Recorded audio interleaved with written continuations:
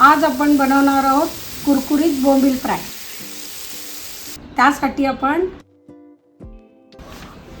बोंबील आपले कुरकुरीत बनवण्यासाठी मी एक ट्रिक वापरणार आहे। मीठ, लिंबू आणि हळद लावून आपण याला 15 मिनिटं मॅरिनेट करून ठेवणार आहोत।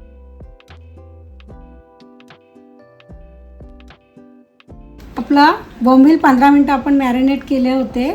त्याला बघू शकता तुम्ही किती पाणी सुटले। हे आपण पाणी काढून टाकणार आहोत आणि पुढची प्रोसेस करणार। त्यामध्ये 1 चमचा लाल मिरची पावडर टाकून घेते। हळद आपण पहिले लावली होती म्हणून थोडीशीच हळद आपण टाकणार आहोत। 1 चमचा गरम मसाला आणि 1 चमचा धना पावडर आणि आलं लसूणची पेस्ट आणि मीठ पण आपण लावून घेतले म्हणून थोडं मीठ टाकून घेणार आहोत।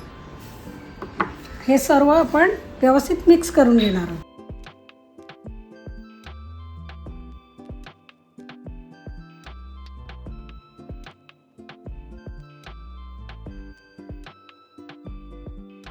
आता आपण सुरुवात करणार आहोत की एक कोटिंग बनवतोय। त्यासाठी मी 2 चमचे तांदळाचं पीठ घेतलं आहे, 2 चमचे रवा घेतला आहे, थोडंसं तिखट घेणार आहोत आपण, लाल मिरची पावडर, थोडी हळद,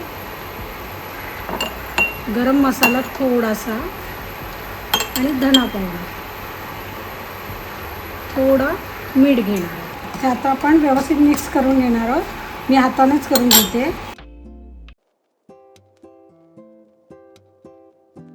तवा व्यवस्थित गरम झाल्यानंतरच आपण तेल टाकणार आहोत, नाहीतर मग बोंबील तव्याला चिकटते। तेल आपलं व्यवस्थित गरम झालं आहे। आपण थोडे लसूण 2-4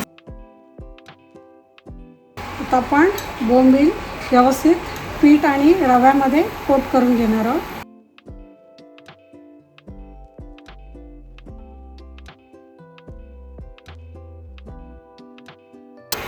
आपण तव्यामध्ये बोंबील फ्राय करायला सुरुवात करू।